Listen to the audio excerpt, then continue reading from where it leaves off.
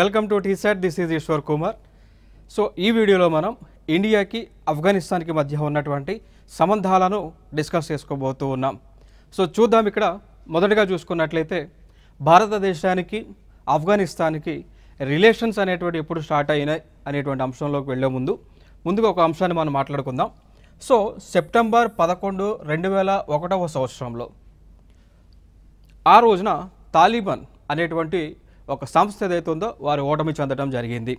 So దాని తర్వాత మనం చూసుకున్నట్లయితే ఈ ఓటమి చెందిన తర్వాత తాలిబాన్ ప్రభుత్వం ఏదైతే ఆఫ్ఘనిస్తాన్ దేశాన్ని పరిపాలించి ఉందో వారు ఓటమి చెందిన తర్వాత అక్టోబర్ 2001లో భారతదేశము ఆఫ్ఘనిస్తాన్ దేశంతో ఒక అగ్రిమెంట్ చేసుకున్నారు.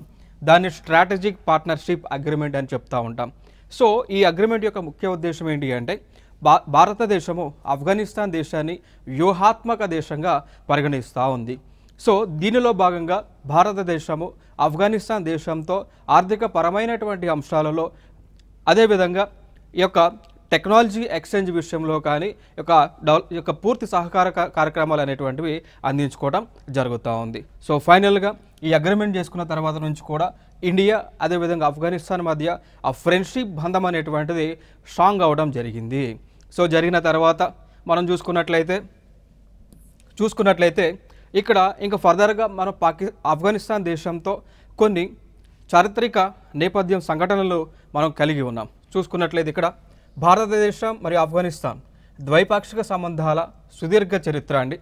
సో చూసుకున్నట్లయితే ఈ ఆఫ్ఘనిస్తాన్ దేశము అనేటువంటిది భారతదేశం పక్కన ఉన్నటువంటి వెస్టర్న్ కంట్రీస్తో కనెక్ట్ అవ్వడానికి భారతదేశము వెస్టర్న్ కంట్రీస్తో కనెక్ట్ అవ్వడానికి ఇది వంతెనగా నిలిచి ఉంది. సో ఇక్కడ మనం చూసుకున్నట్లయితే మ్యాప్లో మనం చూస్తే ఇండియా ఉంటుంది, ఇండియా పక్కన ఆఫ్ఘనిస్తాన్ ఉంటుంది, ఆఫ్ఘనిస్తాన్ పక్కన ఒమన్ కానీ యమన్ కానీ ఆ విధంగా సెంట్రల్ ఏషియన్ కంట్రీస్ ఉంటాయండి వెస్టర్న్ సైడ్ అంతా కూడా. సో ఇక్కడ ఆఫ్ఘనిస్తాన్ అనేటువంటి దేశము భారతదేశము సెంట్రల్ ఏషియన్ కంట్రీస్తో కనెక్ట్ అవ్వడానికి ఒక వంతెనగా ఒక బ్రిడ్జ్గా కనిపిస్తూ ఉన్నది. సో దీనిలో భాగంగా మనం చూసుకున్నప్పుడు కూడా ఒక తాపీ అనేటువంటి ఒక గ్యాస్ పైప్ లైన్ని వేసి ఉన్నారు. తాపీ అనేటువంటి ఒక గ్యాస్ పైప్ లైన్ని వేయటం జరిగింది. ఓకేనా. సో ఇక్కడ మనం చూసుకున్నట్లయితే ఇక్కడ తాపీ అనేటువంటి గ్యాస్ పైప్ లైన్ ఏంటి అంటే ఒక గ్యాస్ పైప్ లైన్ని టర్కమెనిస్తాన్, ఆఫ్ఘనిస్తాన్, పాకిస్తాన్, ఇండియా మీదుగా తీసుకొస్తారు. సో ఇక్కడ ఇండియాకి ఈ టర్కమెనిస్తాన్కి ఆఫ్ఘనిస్తాన్ అనేటువంటిది ఒక వంతెనగా ఉంది అని మనం చెప్పుకోవచ్చు అండి. అదేవిధంగా ఈ ఆఫ్ఘనిస్తాన్కి వెస్టర్న్ సైడ్లో ఉన్నటువంటి దేశాలన్నిటితో కూడా మన వ్యాపార లావాదేవీలు చేసుకునే విధంగా ఆఫ్ఘనిస్తాన్ ఉంది అనేటువంటి అంశం మనం స్పష్టం చేసుకోవచ్చు. ఇక దాని తర్వాత రెండు ప్రాంతాలు కూడా ఉమ్మడి చరిత్రను కలిగి ఉన్నాయండి. సో ఫర్ ఎగ్జాంపుల్ ఇక్కడ మనం చూసుకున్నట్లయితే భారతదేశాన్ని పరిపాలించినటువంటి మొఘల్స్ ఎవరైతే ఉంటారో ఈ మొఘలులు ఆఫ్ఘనిస్తాన్ దేశం నుంచి భారతదేశానికి రావడం జరిగింది. ఫర్ ఎగ్జాంపుల్గా తీసుకుంటే బాబర్ అనేటువంటి ఒక మొఘల్ చక్రవర్తి బాబర్, ఈయన ఆఫ్ఘనిస్తాన్ దేశం నుంచి భారతదేశానికి రావడం జరిగింది. ఆ విధంగా ఆఫ్ఘనిస్తాన్ దేశంలో ఉన్నటువంటి కల్చర్, మొఘల్ ఆర్కిటెక్చర్ కానీ మొఘల్ కల్చర్ కానీ ఒక ట్రెడిషన్స్ కానీ ఇవన్నీ కూడా భారతదేశానికి రావటం జరిగింది. ఇదొక అంశంగా మనం మాట్లాడుకోవచ్చు. సో రెండు దేశాల మధ్య కామన్గా ఉమ్మడి చరిత్ర ఉన్నది. అదేవిధంగా కామన్గా ట్రెడిషన్స్ అనేటువంటిది, కల్చర్ ఎక్స్చేంజ్ అనేటువంటిది ఉండటం జరిగింది. ఇంకా దాని తర్వాత మనం చూసుకుంటే మన భారతదేశంలో మనము ఖాన్ అబ్దుల్ గఫర్ ఖాన్ వీరిని మనము ఫ్రంటియర్ గాంధీగా పిలుస్తూ ఉంటామండి. ఫ్రంటియర్ గాంధీగా మనం పిలుస్తూ ఉంటాం. సో ఈ ఫ్రంటియర్ గాంధీ గారు ఎక్కడ జన్మించారు? ఆఫ్ఘనిస్తాన్ ప్రాంతంలో ఆయన జన్మించడం జరిగింది. అంటే గతంలో భారతదేశము, పాకిస్తాన్, ఆఫ్ఘనిస్తాన్ కలిసి ఉన్నటువంటి టైంలో ఆ ప్రాంతాన్ని నార్త్ వెస్ట్ ఫ్రంటియర్ రీజియన్ అని పిలుస్తామండి. సో గతంలో అంటే like before independence Afghanistan, Pakistan, India ఈ ప్రాంతాలన్నీ కలిసి ఉన్న సందర్భంలో సో ఆ వెస్టర్న్ పార్ట్ అంతా కూడా నార్త్ వెస్టర్న్ పార్ట్ మొత్తాన్ని కూడా నార్త్ వెస్ట్ ఫ్రంటియర్ రీజియన్ అని పిలుస్తాం. సో ఈ రీజియన్లో మనకి ఈయన ఖాన్ అబ్దుల్ గఫర్ ఖాన్ గారు జన్మించడం జరిగింది. సో అందుకు ఆయనని ఫ్రంటియర్ గాంధీ అని పిలుస్తూ ఉంటాం. ఆయన రూపంలో కూడా ఇండియాకి ఆఫ్ఘనిస్తాన్కి ఆ రిలేషన్స్ అనేటువంటివి కంటిన్యూ అవుతూ ఉన్నాయని మనం చెప్పుకోవచ్చు అండి. సో దాని తర్వాత మనం చూసుకున్నట్లయితే ఇక్కడ భారతదేశం మరియు ఆఫ్ఘనిస్తాన్ ద్వైపాక్షిక సంబంధాల సుదీర్ఘ చరిత్రలో భాగంగా కొన్ని అంశాలు ఇంకా అక్కడ మనం మాట్లాడుకోవచ్చు. సో ఇక్కడ 1979లో కాబూల్లో Soviet Union war, Soviet Union ఏదైతే ఉందో దానిని ప్రజెంట్ మనం రష్యా అని పిలుస్తూ ఉన్నాం. దానిని ఇప్పుడు మనం రష్యా అని పిలుస్తూ ఉన్నాం. వీరు సోవియట్ యూనియన్ రష్యా వారు ఆఫ్ఘనిస్తాన్లో 1979లో ప్రభుత్వాన్ని ఏర్పాటు చేశారు.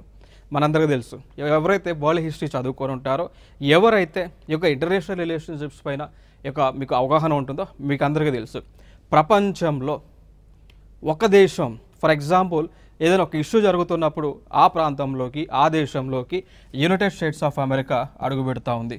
So United states of America వెళ్ళిన తర్వాత రష్యా ఎంటర్ అవుతుంది ఆ దేశం యొక్క పాలిటిక్స్లోకి. రష్యా వెళ్ళిపోయిన తర్వాత మళ్ళీ United states of America enter అయ్యి అక్కడ పాలిటిక్స్ అనేటువంటివి చేస్తూ ఉంది. ఫర్ ఎగ్జాంపుల్గా తీసుకుంటే, మనం ఎగ్జాంపుల్గా తీసుకోవాలంటే నార్త్ కొరియా చూడొచ్చండి, నార్త్ కొరియా చూడొచ్చు, సౌత్ కొరియా చూడొచ్చు, నార్త్ కొరియా చూడవచ్చు. సో గతంలో కొరియా అనేటువంటి ప్రాంతం ఏక ప్రాంతంగా ఉండేది. ఇప్పుడు ఫర్ ఎగ్జాంపుల్ ఇండియా దగ్గర ఈ బెంగాల్ అనేటువంటిది ఏ విధంగా ఆ టైంలో బెంగాల్ ప్రెసిడెన్సీకి కలిసి ఉన్నదో, దాని తర్వాత వెస్ట్ బెంగాల్గా బంగ్లాదేశ్గా విడిపోయిందో, అదేవిధంగా కొరియా అనేటువంటి ప్రాంతం ఏకదేశంగా ఉండేది. సో ఈ ప్రాంతంలో కొరియా అనేటువంటి ప్రాంతం ఏకదేశంగా ఉన్నటువంటి సమయంలో అక్కడికి United states of America enter అయింది. తర్వాత రష్యా అంటే సోవియట్ యూనియన్ ఎంటర్ అయింది. ఎంటర్ అయిన తర్వాత కొరియా ప్రాంతం అంతా కూడా నార్త్ కొరియా అదేవిధంగా సౌత్ కొరియాగా స్ప్లిట్ అవ్వడం జరిగింది. సో నార్త్ కొరియా మొత్తం కూడా కంప్లీట్గా రష్యాకి సపోర్ట్గా ఉండటం జరిగింది. సౌత్ కొరియానేమో యునైటెడ్ స్టేట్స్ ఆఫ్ అమెరికాకి సపోర్ట్గా ఉండటం జరిగింది. సో అదేవిధంగా ఆఫ్ఘనిస్తాన్లో కూడా సేమ్ సంఘటనలు ఇక్కడ జరిగినాయి. సో ఇక్కడ 1979లో ఇక్కడ సోవియట్ యూనియన్ వాళ్ళు అండ్ ఆఫ్ఘనిస్తాన్లో వారి యొక్క ప్రభుత్వాన్ని ఏర్పాటు చేశారు. క్లియర్ కదా? సో దాని తర్వాత వాళ్ళు వెళ్ళిపోయిన తర్వాత యునైటెడ్ స్టేట్స్ ఆఫ్ అమెరికా వాళ్ళు కూడా వాళ్ళకి సంబంధించినటువంటి అనుచరులు ప్రభుత్వాన్ని ఏర్పాటు చేయడానికి వారు హెల్ప్ చేయడం జరిగింది, రైట్. సో అందులో భాగంగా తాలిబాన్ అనేటువంటి టీం ఏదైతే ఉందో, సో ఈ తాలిబాన్స్కి అమెరికా వాళ్ళు సపోర్ట్ చేసి ఆఫ్ఘనిస్తాన్ దేశంలో ప్రభుత్వం ఏర్పాటు చేసే విధంగా వాళ్ళ సహాయ కార్యక్రమాలన్నీ కూడా అందించారు. ఇది ఒక అంశంగా మనం మాట్లాడుకోవచ్చు. దాని తర్వాత చూసుకున్నట్లయితే 1990లో, సో 1990 సంవత్సరంలో యునైటెడ్ నేషన్స్ ఐక్యరాజ్య సమితి వారు ఒక ప్రపోజల్ పెట్టారండి. ఆ ప్రపోజల్ ఏంటి అంటే హ్యూమటేరియన్ అసిస్టెన్స్, దాన్ని మానవతా సహాయం అంటాం. యునైటెడ్ నేషన్స్ ఆర్గనైజేషన్స్ వాళ్ళు వరల్డ్ వైడ్గా ప్రపోజల్ పెట్టారు. ఏ దేశాలైతే ఆర్థికంగా డెవలప్మెంట్ అయి ఉంటాయో, ఏ దేశాలైతే ఆర్థికంగా పురోగతి సాధిస్తూ ఉంటాయో, ఆ దేశాలు లేనటువంటి దేశాలకు, ఆర్థికంగా పతనంలో ఉన్నటువంటి దేశాలకి సహాయ కార్యక్రమాలన్నీ కూడా అందించాలి, హ్యూమటేరియన్ అసిస్టెన్స్ అనేటువంటిది చేయాలి అని చెప్పి ఎజెండాతో తీసుకొచ్చారు. క్లియర్ కదా? దీనిలో భాగంగా భారత ప్రభుత్వం ఆఫ్ఘనిస్తాన్ దేశానికి అనేక సహాయ కార్యక్రమాలను కూడా అందించడం జరిగింది. ఇది ఒక అంశంగా గుర్తుపెట్టుకోండి. ఓకే, సో దాని తర్వాత 1993లో తాలిబాన్లు, సో అంటే ఇక్కడ రష్యా వాళ్ళు వెళ్ళిపోయిన తర్వాత యుఎస్ఏ వచ్చింది. యుఎస్ఏ ప్రభుత్వం ఆఫ్ఘనిస్తాన్లోకి అండ్ యుఎస్ఏ వాళ్ళు ట్రూప్స్ ఆఫ్ఘనిస్తాన్లోకి ఎంటర్ అయిన తర్వాత వారు తాలిబాన్స్ని సపోర్ట్ చేశారు. వారికి కావాల్సినటువంటి ట్రైనింగ్ అంతా కూడా ఇచ్చారు. ఇచ్చిన తర్వాత ఈ తాలిబాన్ల పెరుగుదల పెరిగింది ఆఫ్ఘనిస్తాన్లో. సో పెరిగిన తర్వాత జరిగినటువంటి అంశం ఏంటి అంటే వీరు ఇండియాతో సంబంధం అంతా కూడా తెంచుకోవడం జరిగింది. So Talibans are against to India. Talibans అనేటువంటి వాళ్ళు they are the against to India అనేటువంటి అంశం వీళ్ళు స్పష్టం చేయడం జరిగింది అండి 1993లో. సో తర్వాత మనం చూసుకున్నట్లయితే ఇండియాకి ఆఫ్ఘనిస్తాన్కి మధ్య ఎకనామిక్ రిలేషన్స్ అనేటువంటివి ఏ విధంగా ఉంది అనేటువంటి అంశాన్ని మనం చూద్దాం. సో ఇక్కడ మనకి 2013-14లో సుమారు యునైటెడ్ స్టేట్స్ US డాలర్స్ 1200 మిలియన్ల మేర ఈ యొక్క బిజినెస్ ట్రాన్సాక్షన్స్ అనేటువంటివి రెండు దేశాల మధ్య జరగటం జరిగింది. సో దీన్ని బట్టి మనం చెప్పొచ్చు ఇండియాకి ఆఫ్ఘనిస్తాన్కి trade relations, so trade relations, economic relations అనేటువంటివి కంటిన్యూ అవుతా ఉన్నాయి అనేటువంటి అంశం మనం తెలుసుకోవచ్చు అండి. ఇక దాని తర్వాత మనం మాట్లాడుకుంటే హ్యుమానిటేరియన్ అసిస్టెన్స్ మాట్లాడుకున్నాం. సో ఐక్యరాజ్య సమితి యొక్క అభ్యర్థన మేరకు భారత ప్రభుత్వము ఆఫ్ఘనిస్తాన్ దేశానికి హ్యుమానిటేరియన్ అసిస్టెన్స్ని ఇవ్వడానికి ముందుకు వచ్చిందని చెప్పాం. ఓకేనా. సో దానిలో భాగంగా ఎటువంటి కార్యక్రమాలను భారతదేశం చేసింది అంటే ఇక్కడ యుఎన్ వరల్డ్ ఫుడ్ ప్రోగ్రామ్ ఉంది. ఐక్యరాజ్య సమితికి సంబంధించినటువంటి యుఎన్ వరల్డ్ ఫుడ్ ప్రోగ్రామ్ ఉంది. సో ఈ ప్రోగ్రామ్ యొక్క గైడ్లైన్స్ ప్రకారము భారత ప్రభుత్వము ఆఫ్ఘనిస్తాన్ దేశంలో ఉన్నటువంటి దాదాపు 2 మిలియన్లు అండి. సో 2 మిలియన్లు అంటే ఎంతండి, 2 లక్షల మంది పిల్లలకు ప్రోటీన్ బిస్కెట్లను అందిస్తూ ఉంది. ఓకేనా. సో ఎంతమందికి, దాదాపు 2 లక్షల మంది పిల్లలకు వివిధ ఆహార పథకానికి సంబంధించి లైక్ ఫుడ్ సప్లై అనేటువంటిది, ప్రోటీన్ ఫుడ్, న్యూట్రిషియస్ ఫుడ్ అనేటువంటిది అందిస్తూ ఉన్నారు. ఇక దాని తర్వాత చూస్తే ఇండియన్ మెడికల్ మిషన్స్ అండి. సో భారత ప్రభుత్వానికి చెందినటువంటి స్వచ్ఛంద సంస్థలు, ఇండియన్ గవర్నమెంట్ మిషనరీస్, వీరు ఆఫ్ఘనిస్తాన్ దేశానికి వెళ్ళి ఆ దేశంలో ఉన్నటువంటి ప్రజలకు ఇక ఉచిత వైద్య సేవలు అనేటువంటివి అందిస్తూ ఉన్నారు హ్యుమానిటేరియన్ అసిస్టెన్స్లో భాగంగా. ఇక దాని తర్వాత మనం చూసుకుంటే కాబూల్. సో కాబూల్లోని Indira Gandhi institute of child health, Indira Gandhi, ఇక్కడ చూడవచ్చు మీరు, ఇందిరాగాంధీ ఇన్స్టిట్యూట్ ఆఫ్ చైల్డ్ హెల్త్ని ఇక ఆఫ్ఘనిస్తాన్ దేశంలో కాబూల్ ప్రాంతంలో ఏర్పాటు చేశారు. సో దీని ద్వారా ఆ దేశ ప్రజలకు అనేక వైద్యానికి సంబంధించినటువంటి సేవలను చేస్తూ ఉన్నారు అండి. ఇంకా దాని తర్వాత మనం మాట్లాడుకుంటే డెవలప్మెంట్ అసిస్టెన్స్. సో భారతదేశము ఆఫ్ఘనిస్తాన్ దేశానికి డెవలప్మెంట్లో భాగంగా ఎటువంటి కార్యక్రమాలను చేసింది చూస్తే కాబూల్ ప్రాంతంలో, సో కాబూల్ అనేటువంటి ప్లేస్లో ఆఫ్ఘనిస్తాన్ క్యాపిటల్ ఉంది కదా, సో అక్కడ పార్లమెంట్ భవనాన్ని నిర్మించారండి. ఇదొక ప్రీవియస్ ఇయర్ క్వశ్చన్. ఓకేనా. సో ఏమని క్వశ్చన్ అడిగారు అంటే భారత ప్రభుత్వము ఏ దేశంలో పార్లమెంట్ భవనాన్ని నిర్మించారు? ఆన్సర్ ఆఫ్ఘనిస్తాన్లో. సో ఇదొక PYQ. సో ఆ పార్లమెంట్ భవనాన్ని కంప్లీట్గా, ఇప్పుడు ఇండియాలో పార్లమెంట్ ఎట్లా ఉంది అదేవిధంగా ఆఫ్ఘనిస్తాన్ దేశంలో పార్లమెంట్ని ఇండియన్ గవర్నమెంట్ ఖర్చుతో కంప్లీట్గా నిర్మించి వాళ్ళకి ఫ్రీగా ఇవ్వడం జరిగింది. ఇదొక అంశం. ఇంకా దాని తర్వాత మనం మాట్లాడుకోవాల్సి వస్తే ఇరాన్లో చాబహార్ పోర్టుని ఏర్పాటు చేశారు. సో ఇక్కడ నేను చెప్తా మీకు ఒక అంశం మనకు చెప్తా. మనము ఇండియా నుంచి ఆఫ్ఘనిస్తాన్ వెళ్ళాలి అనుకోండి, మనం ఇక్కడ ఏం చేయాలి అండి? ఇండియా నుంచి ఆఫ్ఘనిస్తాన్ వెళ్ళాలి అంటే పాకిస్తాన్ మీదుగా వెళ్ళాల్సి ఉంటుంది. సో పాకిస్తాన్, ఆఫ్ఘనిస్తాన్ కానీ ఆ పక్కన ఉన్నటువంటి దేశాలు, ఫర్దర్గా ఉన్నటువంటి యమన్, ఒమన్, తుర్క్మెనిస్తాన్, ఇట్లా కిర్గిస్తాన్, ఈ దేశాలు ఏవైతే ఉన్నాయో ఆ దేశాలకు మనం వెళ్ళి ఆ యొక్క ఎకనామిక్ ట్రాన్సాక్షన్స్ చేయాలి అంటే పాకిస్తాన్కి మీద వెళ్ళాలి. బట్ ఇండియాకి పాకిస్తాన్కి ఫ్రెండ్లీనెస్ అనేటువంటిది చాలా తక్కువ. కొన్ని సందర్భంలో భారతదేశానికి చెందినటువంటి ఈ యొక్క లైక్ ట్రాన్స్పోర్ట్ ఇక వెహికల్స్ ఏవైతే ఉన్నాయో, లాజిస్టిక్స్ ఏవైతే ఉన్నాయో వాటిని పాకిస్తాన్ రాకుండా అడ్డుకుంటూ ఉంది. ఆ సమయంలో మనము ఆఫ్ఘనిస్తాన్లోకి వెళ్ళడానికి పాసిబిలిటీ అనేటువంటిది ఉండటం లేదు. సో అందుకోసము భారత ప్రభుత్వము ఏం చేసింది అంటే ఇరాన్ అనేటువంటి ఒక దేశం దగ్గర, ఇక్కడ చూడవచ్చు మ్యాప్లో, ఇరాన్ అనేటువంటి ఒక దేశం దగ్గర ఒక పోర్ట్ ఏరియా నిర్మించారు. దాని పేరే చాబహార్ పోర్ట్ అండి. దాని పేరే చాబహార్ పోర్ట్, వెరీ ఇంపార్టెంట్. దాని పేరే చాబహార్ పోర్ట్ని నిర్మించడం జరిగింది. సో ఈ చాబహార్ పోర్ట్ నుంచి మనము ఇంకా ఆఫ్ఘనిస్తాన్కి వెళ్తూ ఉన్నాం. ఈ మార్గ మధ్యలో చాబహార్ నుంచి జరంజ్ వరకు రోడ్డును వేసాం, జరంజ్ నుంచి దలారం వరకు రోడ్డును వేసాం. సో దలారం నుంచి ఆఫ్ఘనిస్తాన్ వెళ్తాం, అక్కడ నుంచి మిగిలినటువంటి దేశాలతో మనం కనెక్టివిటీ అనేటువంటిది డెవలప్ చేసుకున్నాం. ఇదొక అంశం. ఇంకొక అంశం కరెంట్ అఫైర్స్లో ఉన్నటువంటి అంశం ఏంటి అంటే, ఇటీవల కరెంట్ అఫైర్స్లో ఉన్నటువంటి అంశం ఏంటి అంటే, భారతదేశం విదేశాలలో ప్రస్తుతము 2 పోర్ట్లని కలిగి ఉంది అండి. భారతదేశం విదేశాలలో 2 పోర్ట్లని కలిగి ఉంది. ఒకటి ఇరాన్ దేశంలో ఉన్నటువంటి చాబహార్ పోర్ట్, వెరీ ఇంపార్టెంట్. మన సొంత డబ్బులతో మనం డెవలప్ చేసాం. దాని తర్వాత మయన్మార్ దేశంలో కూడా మనం పోర్టుని కలిగి ఉన్నాం. మయన్మార్లో కూడా ఒక పోర్టుని మనం కలిగి ఉన్నాం. ఇరాన్లో కూడా సొంత పోర్టుని కలిగి ఉన్నాం అనమాట. ఓకే, సో ఇదొక ఇంపార్టెంట్. దాని తర్వాత ఇంకోటి అంశం ఏంటి అంటే, ఈ ఆఫ్ఘనిస్తాన్ దేశంలో జరంజ్ నుంచి, అంటే చాబహార్ నుంచి జరంజ్కి రోడ్డు వేసాం. జరంజ్ నుంచి దెలరం ప్రాంతానికి కూడా మనమే రోడ్డు వేయటం జరిగింది. ఇంకొక అంశం పవర్ ట్రాన్స్మిషన్ గ్రిడ్ అండి. Power transmission grid. So Afghanistan దేశంలో పవర్ ట్రాన్స్మిషన్కి సంబంధించినటువంటి నెట్వర్క్ని కూడా మనమే డెవలప్ చేసాం.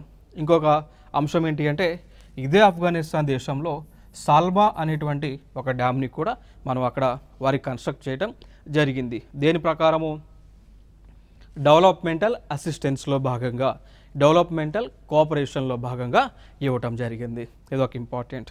దాని తర్వాత ఆ దేశంలో చదువుతున్నటువంటి విద్యార్థులకు యాన్యువల్ స్కాలర్షిప్స్ని కూడా మనం అందిస్తూ ఉన్నాం. వార్షిక స్కాలర్షిప్లని కూడా మనం అందిస్తూ ఉన్నాం. క్లియర్ కదా? ఇవన్నీ కూడా మనం ఆఫ్ఘనిస్తాన్కి ఇచ్చినటువంటివి. ఏమేమి ఇచ్చాం? పార్లమెంట్ భవనం ఇచ్చాం, చాబహార్ పోర్ట్, జరంజ్ దెలరం రహదారి, power transmission grid, Salma dam, ఇంకా అదేవిధంగా వార్షిక స్కాలర్షిప్లను ఇస్తూ ఉన్నాం. ఈ అంశాలు ఇంపార్టెంట్గా గుర్తుపెట్టుకోవాల్సిన అంశాలు. రైట్. సో ఇక్కడ చూడండి, ఇంకా చాబహార్ పోర్ట్ ఇక్కడ ఉంది. సో గతంలో అడిగినటువంటి క్వశ్చన్స్ ఏంటి అంటే, చాబహార్ పోర్ట్ అనేటువంటి దాన్ని ఏ దేశంలో భారత ప్రభుత్వం నిర్మించింది అన్నప్పుడు, ఏ దేశంలో అండి? ఇరాన్ దేశంలో నిర్మించారు. ఇదొకటి. దాని తర్వాత పాకిస్తాన్ నిర్మించినటువంటి పోర్ట్ నేమ్ ఏంటి అంటే, పాకిస్తాన్ దేశంలో చైనా నిర్మించినటువంటి పోర్ట్ పేరేంటి గతంలో అడిగారు. సో ఇది గ్వాదర్ అనేటువంటి పోర్ట్. సో పాకిస్తాన్ దేశంలో చైనా నిర్మించినటువంటి పోర్ట్ గ్వాదర్. ఇరాన్ దేశంలో ఇండియా నిర్మించినటువంటి పోర్ట్ చాబహార్. రెండు కూడా గుర్తుపెట్టుకోండి, కన్ఫ్యూజ్ అవ్వాల్సినటువంటి నీళ్ళు లేదు, అవ్వకండి, ఎందుకంటే very important. So Chabahar Iran, పాకిస్తాన్లో గ్వాదర్. నెక్స్ట్ అంశం, సో ఇవండి. సో వారికి మనం పార్లమెంట్ని కన్స్ట్రక్ట్ చేసి ఇచ్చామన్నాం కదా. సో ఇదే పార్లమెంట్ని ఇండియన్ గవర్నమెంట్ కన్స్ట్రక్ట్ చేసి ఇవ్వటం జరిగింది. నెక్స్ట్ ఇంకొక అంశం, మరి ఇండియన్ గవర్నమెంట్ ఆఫ్ఘనిస్తాన్ దేశం పైన ఎందుకు ఇంత ఇంట్రెస్ట్ చూపిస్తుంది, ఎందుకు ఇండియన్ గవర్నమెంట్ అన్ని ప్రాజెక్ట్స్ ఆఫ్ఘనిస్తాన్లో నిర్మిస్తున్నారంటే దానికి గల కొన్ని కారణాలు మనం చూసుకోవచ్చండి. లైక్ మనం చూసుకుంటే ఆఫ్ఘనిస్తాన్ దేశంలో ఈ మేర మెటీరియల్స్ అనేటువంటి ఉన్నాయి. ఈ మేర మెటీరియల్స్ లైక్ ఐరన్ కానీ 285.4 బిలియన్ లైక్ యూరోస్ మేర కాపర్ కానీ, niobium, cobalt, gold, molybdenum, rare earth elements, asbestos, silver, potash, aluminium, graphite, lapis lazuli, ఇట్లా ఈ విధంగా మెటీరియల్స్ అనేటువంటివి ఆఫ్ఘనిస్తాన్ దేశంలో ఉన్నాయి. ఇవన్నీ కూడా భారతదేశానికి చాలా ఇంపార్టెంట్. ఎందుకంటే ఇవన్నీ కూడా మేజర్గా స్టీల్ ఇండస్ట్రీస్లో, సిమెంట్ ఇండస్ట్రీస్లో, ఎలక్ట్రానిక్స్ ఇండస్ట్రీస్లో యూజ్ చేస్తూ ఉంటారు కాబట్టి మనకి చాలా అవసరం. అందుకోసమే ఇవన్నీ కూడా వీటిపైన మనకి ఎక్స్ప్లోరేషన్ రైట్స్ కోసమే మనం ఆ దేశం ప్రజలతో ఈ యొక్క డెవలప్మెంటల్ కార్యక్రమాలన్నీ కూడా చేస్తూ ఉన్నాం. నెక్స్ట్ అంశం చూసుకుంటే ఇక్కడ ఇంకొక అంశం ఏంటి అంటే 2014 తర్వాత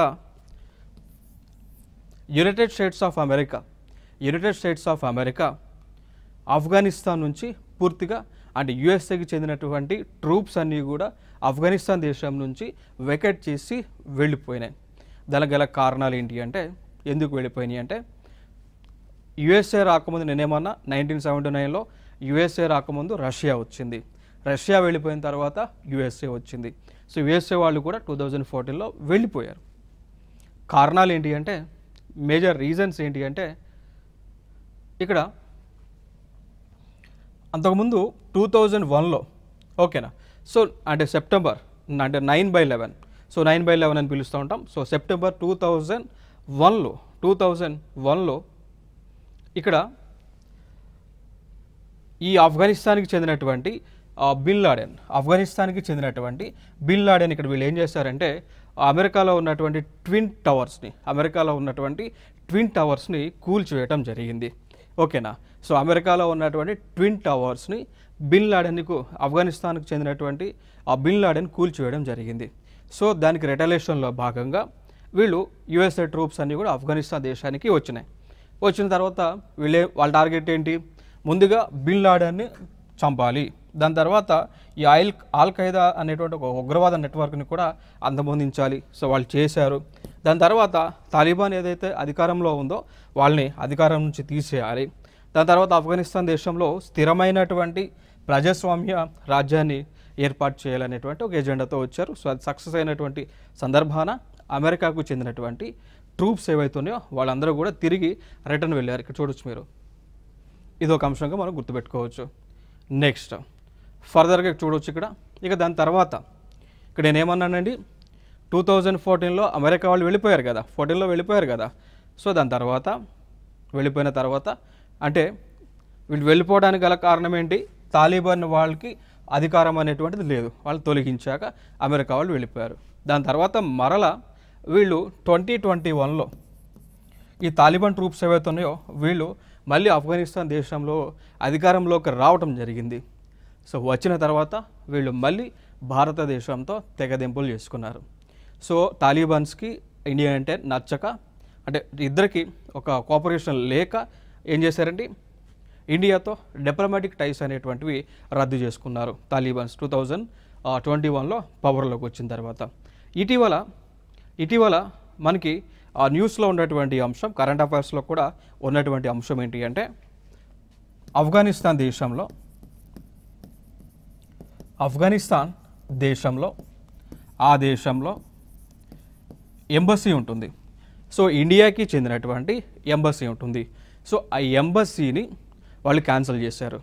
ఇప్పుడు ప్రతి దేశానికి సంబంధించి ఆ దేశం యొక్క దౌత్య కార్యాలయం అనేటువంటి ఇంకో దేశాల్లో ఉంటాయి. ఫర్ ఎగ్జాంపుల్ ఇండియాకి సంబంధించినటువంటి దౌత్య కార్యాలయాలు లైక్ అన్ని దేశాల్లోనే, లైక్ పాకిస్తాన్లో ఉంది, యూఎస్ఏలో ఉన్నాయి, అట్లా అన్ని దేశాల్లో ఉన్నాయి. యూఎస్ఏకి చెందినటువంటి దౌత్య కార్యాలయాలు అన్ని దేశాల్లో ఉంటాయి, లైక్ ఇండియాలో కూడా ఉన్నాయి, పాకిస్తాన్ సంబంధించింది ఇండియాలో కూడా ఉన్నాయి. సో అట్లా ఎంబసీస్ అంటాం. ఇక్కడ తాలిబాన్స్ అధికారంలోకి వచ్చిన తర్వాత ఇండియాకి సంబంధించినటువంటి ఎంబసీని ఆఫ్ఘనిస్తాన్ దేశంలో వద్దు అని చెప్పేసి వాళ్ళు దాన్ని క్యాన్సిల్ చేశారు. అదొక న్యూస్లో ఉంది. అదేవిధంగా ఈ అంశం, ఈ టాపిక్ని మన రీసెంట్గా జరిగినటువంటి ఎస్ఎస్సి CGLలో కూడా అడిగినటువంటి క్వశ్చన్గా అనిపిస్తూ ఉంది. సో ఏ దేశము భారతదేశానికి సంబంధించినటువంటి దౌత్య కార్యాలయాన్ని రద్దు చేసుకున్నారు అన్నప్పుడు ఆఫ్ఘనిస్తాన్. ఇది ఒక ప్రీవియస్ ఇయర్ క్వశ్చన్ కూడా మనం గుర్తుపెట్టుకోవాలి. దాని తర్వాత మరి ఈ ఆఫ్ఘనిస్తాన్ దేశంలో యునైటెడ్ స్టేట్స్ ఆఫ్ అమెరికా వాళ్ళ యొక్క ట్రూప్స్ని తీసుకువెళ్ళిన తర్వాత జరిగినటువంటి పరిణామాలు ఏంటి అంటే ఆఫ్ఘనిస్తాన్ దేశంలో political uncertainty, so political government, stable government అనేటువంటిది లేదు, రాజకీయ అనిశ్చిత ఏర్పడింది. సో పాకిస్తాన్ ఇంటర్ఫరెన్స్ అనేటువంటిది ఎక్కువగా అవుతూ ఉంది. దాని తర్వాత ఇల్లీగల్ డ్రగ్ ట్రాఫికింగ్ అనేటువంటిది ఎక్కువగా అవుతూ ఉంది అనేటువంటి అంశాలు మనకి తెలియవస్తూ ఉన్నాయి. ఇప్పటి వరకు మనం ఇండియా ఆఫ్ఘనిస్తాన్కి మధ్య ఉన్నటువంటి సంబంధాలను చూసాం. సో ఇప్పుడు ఇక్కడ ఈ సిరీస్లో మనం ఇండియా శ్రీలంక మధ్య ఉన్నటువంటి సంబంధాలు ఏ విధంగా ఉంది అనేటువంటిది చూడబోతూ ఉన్నాం. సో చూద్దాం. ఇక్కడ చూసుకున్నట్లయితే మ్యాప్లో మనకు చూసుకుంటే శ్రీలంక దేశం అనేటువంటిది ఈ విధంగా ఉంటుంది. ఇక్కడ ఉంటుంది, ఇది భారతదేశం, ఇది శ్రీలంక దేశం. సో ఇండియన్ ఓషన్లో, ఇండియన్ మహాసముద్రంలో ఒక చుక్క మాదిరి, ఒక డ్రాప్ లెక్క, ఒక రెయిన్ డ్రాప్ లెక్క శ్రీలంక అనేటువంటి ఒక దేశం ఉంటుంది. బట్ శ్రీలంకతో మనకి ఎప్పటి నుంచో కూడా సంబంధాలు అనేటువంటివి కంటిన్యూ అవుతూనే వస్తూ ఉన్నాయి. ఇంకొక అంశం మనం మాట్లాడాల్సి వస్తే భారతదేశానికి చెందినటువంటి, అంటే తమిళనాడు, భారతదేశంలో భాగమైనటువంటి తమిళనాడు రాష్ట్రానికి చెందినటువంటి దాదాపు శ్రీలంక దేశంలో 12% ఉంటూ ఉన్నారు. సో 12% మేర ఉంటూ ఉన్నారు. సో ఇక్కడ ఆ ప్రాంతంలో శ్రీలంక దేశంలో ఆ దేశానికి అంటే లైక్ లోకల్ పీపుల్ అయినటువంటి వారిని సిన్హాలీస్ అంటాం.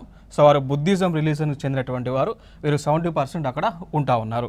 సో శ్రీలంక దేశం చూస్తే శ్రీలంక దేశంలో 70% పీపుల్ లోకల్స్ అక్కడ ఉన్నారు. అంటే టోటల్ పర్సెంట్ పీపుల్ అనుకుంటే దానిలో 70% పీపుల్ బుద్ధిస్టులు ఉన్నారు. సో శ్రీలంక పీపుల్ మనం ఏమంటాము, సినహలీస్ అంటాం. దాని తర్వాత అదే శ్రీలంకలో తమిళనాడుకు చెందినటువంటి హిందూస్ ఉన్నారు. వారి యొక్క పర్సంటేజ్ ఎంత ఉంది, 12% ఉంది.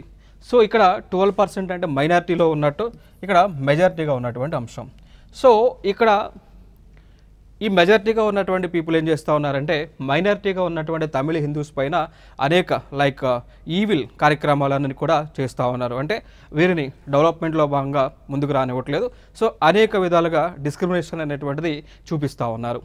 ఇంకొక అంశం ఇక్కడ ఏంటి అంటే, ఇక్కడ అప్పుడు శ్రీలంకలో ఉన్నటువంటి ప్రభుత్వము ఒక చట్టాన్ని తీసుకొచ్చారు, అంటే ఒక బిల్లుని తీసుకొచ్చారు. దాని పేరే సిన్హాలీస్ ఓన్లీ బిల్ అనమాట.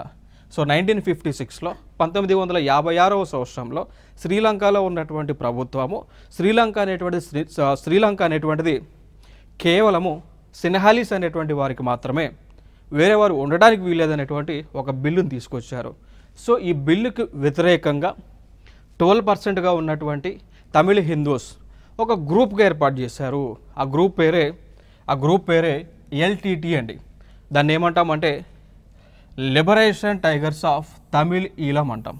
ఆ గ్రూప్ పేరే లిబరేషన్ టైగర్స్ ఆఫ్ తమిళ్ ఈలం అని పిలుస్తూ ఉంటాం.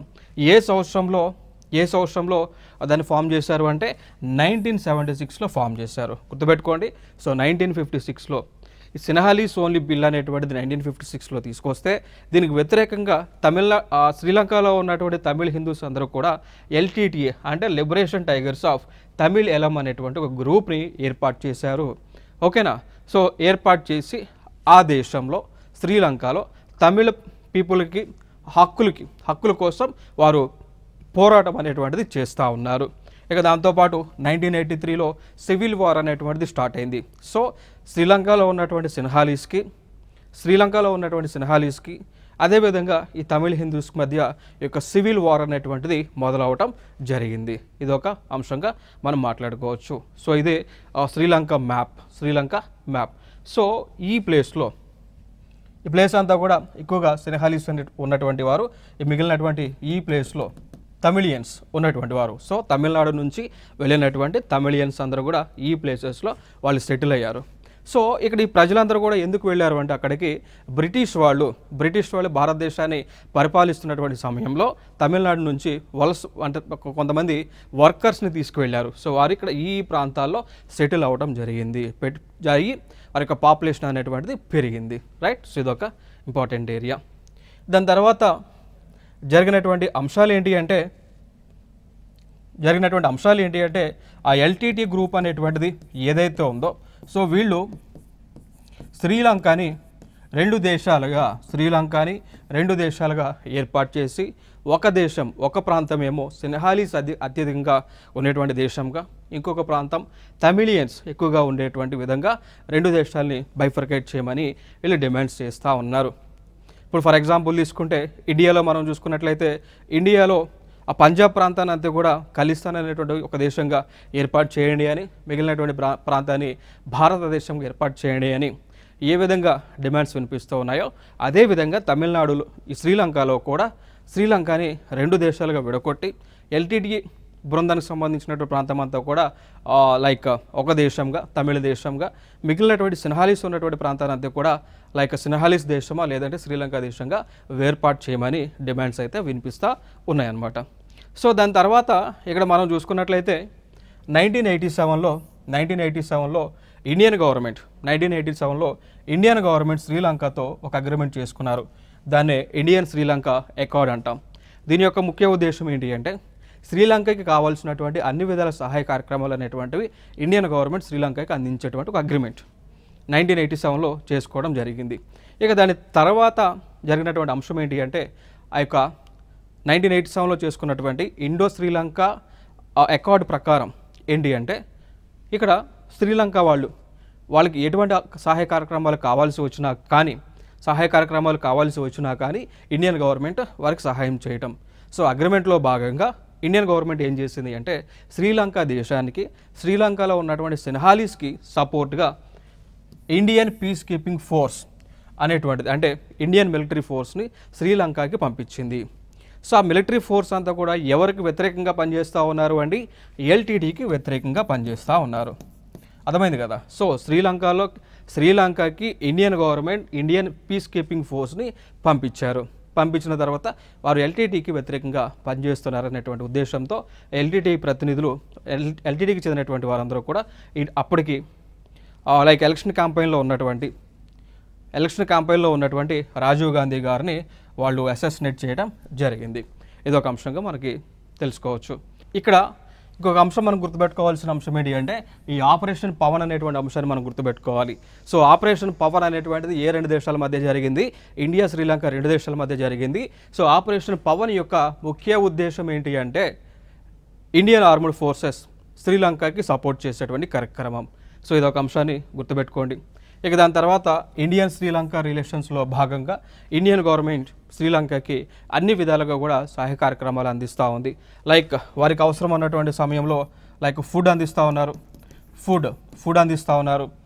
దాంతోపాటు వాళ్ళకి అవసరం మేర Indian government Indian aided ambulance సర్వీసెస్ని కూడా ఉచితంగా అందిస్తూ ఉన్నారు. ఇక్కడ చూడవచ్చు శ్రీలంకలో ఇండియన్ గవర్నమెంట్ అందించినటువంటి ambulances.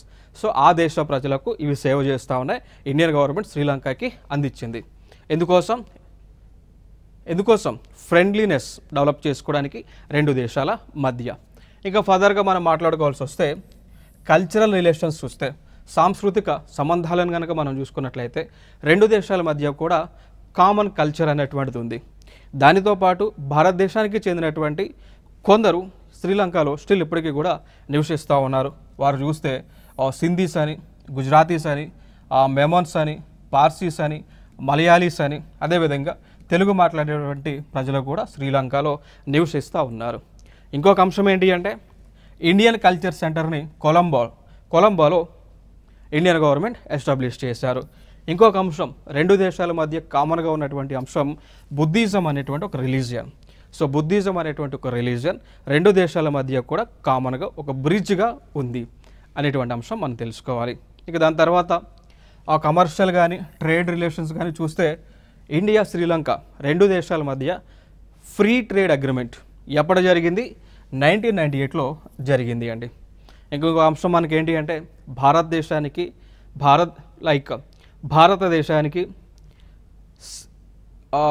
Second largest trading పార్ట్నర్గా Sri Lanka ఉంది. భారతదేశానికి సెకండ్ లార్జెస్ట్ ట్రేడింగ్ పార్ట్నర్గా శ్రీలంక ఉంది. అఫ్కోర్స్ ఫస్ట్ ప్లేస్లో కొన్ని సందర్భాల్లో యుఎస్ఏ ఉంటుంది, కొన్ని సందర్భాల్లో చైనా ఉంటుంది. సో చైనాతో ఎక్కువగా వ్యాపారం చేస్తూ ఉన్నాం. కొన్ని ఇయర్స్లో కొన్ని సంవత్సరాల్లో యుఎస్ఏతో మనం ఆ యొక్క వ్యాపారం అనేటువంటిది చేస్తూ ఉన్నాం. సెకండ్ ప్లేస్లో మాత్రం శ్రీలంక ఉంది. రైట్. సో ఇదొక అంశం. ఇక దాని తర్వాత డెవలప్మెంటల్ కోఆపరేషన్ మనం చూసామనుకోండి. శ్రీలంక దేశంలో భారత ప్రభుత్వం 50,000కు పైగా హౌసెస్ని నిర్మించారు. ఇండియన్ హౌసింగ్ ప్రాజెక్ట్ అనేటువంటి ద్వారా 50,000 హౌసెస్ని నిర్మించడం జరిగింది. ఓకేనా. సో ఈ ప్రాంతం ఈ శ్రీలంకలో ఉన్నటువంటి ప్లేస్లో ఈ హౌసెస్ అన్నీ కూడా నిర్మించడం జరిగింది. నెక్స్ట్ దాని తర్వాత మనం చూసుకుంటే ఇండియాకి శ్రీలంకకి మధ్య డిఫెన్స్ అండ్ సెక్యూరిటీ కోఆపరేషన్ జరుగుతూ ఉంది. లైక్ ఫర్ ఎగ్జాంపుల్ తీసుకుంటే మిలిటరీ ఎక్సైజ్ అయినటువంటి మిత్రశక్తి, నేవల్ ఎక్సైజ్ అయినటువంటి స్లీనెక్స్, దాని తర్వాత దోస్తి అనేటువంటి ఒక మిలిటరీ ఎక్సైజ్. ఇది ఇండియా, మాల్దీవ్స్, శ్రీలంక మధ్య జరుగుతూ ఉంది. సో ఇక్కడ మీరు చూడవచ్చు ఇండియా శ్రీలంక మ్యారిటైమ్ ఎక్సైజ్, దాని పేరే స్లీనెక్స్, 2023లో స్టార్ట్ అయింది, కొలంబోలో జరిగింది. క్లియర్ కదా. నెక్స్ట్ అంశం 10th edition of India Sri Lanka joint military exercise, దాన్ని మిత్రశక్తి అంటాం. సో ఇది శ్రీలంకలోనే స్టార్ట్ అవడం జరిగింది. రైట్. సో ఇది రీసెంట్గా జరిగినటువంటి మిలిటరీ ఎక్సైజ్. ఇంకా ఫర్దర్గా మనం మాట్లాడుకోవాల్సి వస్తే ఇండియా శ్రీలంక. సో శ్రీలంక దేశంలో చైనా పాగా వేసింది. ఏ విధంగా అంటే శ్రీలంక దేశంలో పోర్ట్ హంబొంటోట అనేటువంటి దాన్ని చైనా వాళ్ళు నిర్మిస్తూ ఉన్నారు. దాని తర్వాత బెల్ట్ అండ్ రోడ్ ఇనిషియేటివ్లో శ్రీలంక మెంబర్గా ఉంది. దాని తర్వాత శ్రీలంక దేశానికి చైనా వాళ్ళు ఆర్మ్స్ అన్నీ కూడా సప్లై చేస్తూ ఉన్నారు. ఇవి శ్రీలంకకి ఇండియాకి మధ్య ఉన్నటువంటి సంబంధాలు. సో నెక్స్ట్ వీడియోలో మరికొన్ని అంశాలతో మీ ముందుకు రావడం జరుగుతుంది. This is Eshwar Kumar. Thank you.